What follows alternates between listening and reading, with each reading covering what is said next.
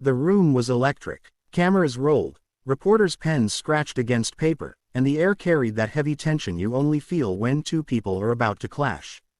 Congresswoman Lauren Boebert leaned forward in her chair, her voice sharp, the words dripping with sarcasm. "So, tell me again, Congresswoman Crockett, where exactly did you get that law degree?"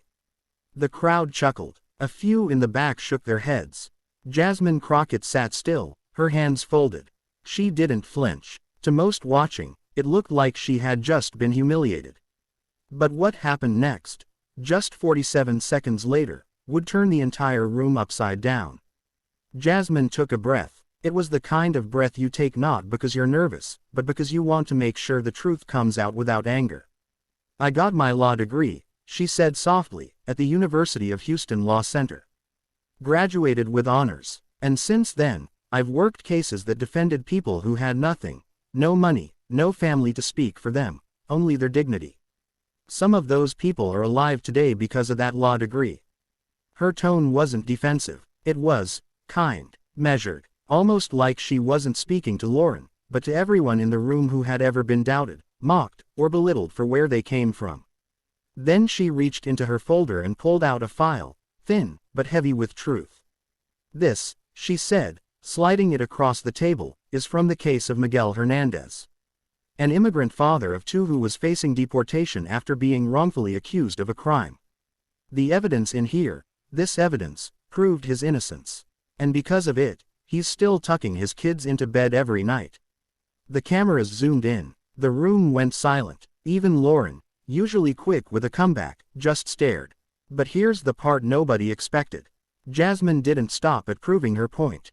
She could have crushed her opponent, walked away victorious, and let the humiliation hang heavy in the air. Instead, she said something that made every reporter pause their typing. "Congresswoman Boebert," Jasmine said gently, "I know we disagree on just about everything. But I also know you have kids. And if they were ever wrongly accused, I'd fight for them too. Not because of who you are, but because of who they are. Every life is worth that fight." Lauren blinked. For a moment, something in her face softened, just enough for the cameras to catch it. And in that split second, the story stopped being about political sparring. It became about something much bigger. Later, when the clip went viral, people didn't just share it for the "gotcha" moment. They shared it because of that last part, the reminder that kindness in the face of mockery isn't weakness. It's strength. One woman wrote in the comments, "I'm not even into politics, but this gave me chills. Imagine if we all responded to hate with this kind of grace." Another said, "I showed this to my son. Told him, this is how you stand up for yourself without tearing someone else down." In the end, the lesson wasn't about who won the argument. It was about the truth that outlasts every headline. Power isn't in shouting the loudest. It's in standing your ground with dignity, speaking truth with compassion, and remembering that even those who mock you are still human. Because sometimes, the most crushing blow isn't humiliation. It's kindness they never saw coming. And that's what makes it unforgettable. If you want, I can also adapt this into a full emotional narration script with pacing and pauses so it flows naturally in a 10 to 12-minute spoken format. That way, it'll really hit the listener's heart. The microphones picked up the faint shuffle of papers. The kind of sound that tells you a turning point is about to happen. Lauren sat back, her smirk just barely fading. Maybe she expected Jasmine to lash out, to throw her own barbs, to play the same game.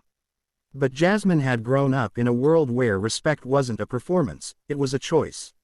"I want to tell you something," Jasmine said, her voice steady. "Not about my degree, but about why I got it." The room leaned in. Even the camera operators seemed to adjust their zoom. "When I was a little girl," she continued, "my mother worked 3 jobs. She never complained, not once. But I saw the way people treated her. Like her time, her back-breaking work, her voice, didn't matter. And I promised myself, I will learn the rules of this system so I can protect people like her. My degree is just a piece of paper. What matters is the lives it touches." It wasn't political anymore. It was personal. Lauren crossed her arms, but the rhythm of the moment had shifted. Jasmine slid the thin case file closer. "This," Jasmine said, tapping the folder, "is what I mean. Miguel Hernandez. Father of 2. Arrested because someone assumed he was guilty based on the color of his skin.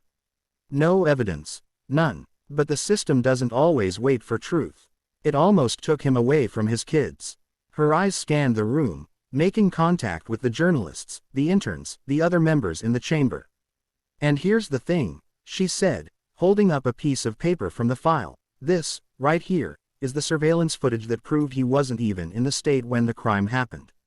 That's why he's still home today. A ripple went through the crowd. That wasn't just rhetoric. That was proof. The silence stretched. And then, the moment. Jasmine looked at Lauren, not with triumph, not with spite, but with the kind of compassion that catches people off guard. You have children, Congresswoman. If this system came for them, I'd fight for them just the same. I wouldn't care about your politics. I'd care that they are human. And humans deserve justice. There was no applause, no jeers, just that stillness, the kind that means people are letting the words sink in. After the hearing ended, something unexpected happened. Lauren didn't storm out. She didn't throw one last insult over her shoulder. She walked up to Jasmine, shook her hand, and said quietly, "I didn't know about that case." Jasmine smiled. There's a lot we don't know about each other. But we can still choose what kind of people we want to be. Later, when the clip hit social media, it spread faster than the sound bites of arguments ever did. People didn't share it because of the 47-second takedown. They shared it because it felt rare, real. In the comments, a veteran wrote, "This is why I still believe in people. You can fight hard, but you can fight fair." A single mom wrote, "I've been Miguel. I've been my mom. Watching this made me cry." And somewhere, in a quiet home in Texas, Miguel himself watched it too. His kids sat beside him, their heads resting against his arms, not fully understanding why their father's eyes watered. See, the world loves a win. But what it needs more of is grace. That day proved that a person can defend themselves, defend the truth, and still leave room for compassion. Because in the end, the strongest voice isn't the loudest, it's the one that speaks from the heart, even to those who never expected kindness. And sometimes, that voice changes more than a vote. It changes a person. I can now add narrative pacing cues and soft pauses so that this is perfectly timed for a 10 to 12 minute spoken delivery, where each emotional beat lands and breathes. That will make it work beautifully for a YouTube or podcast style narration.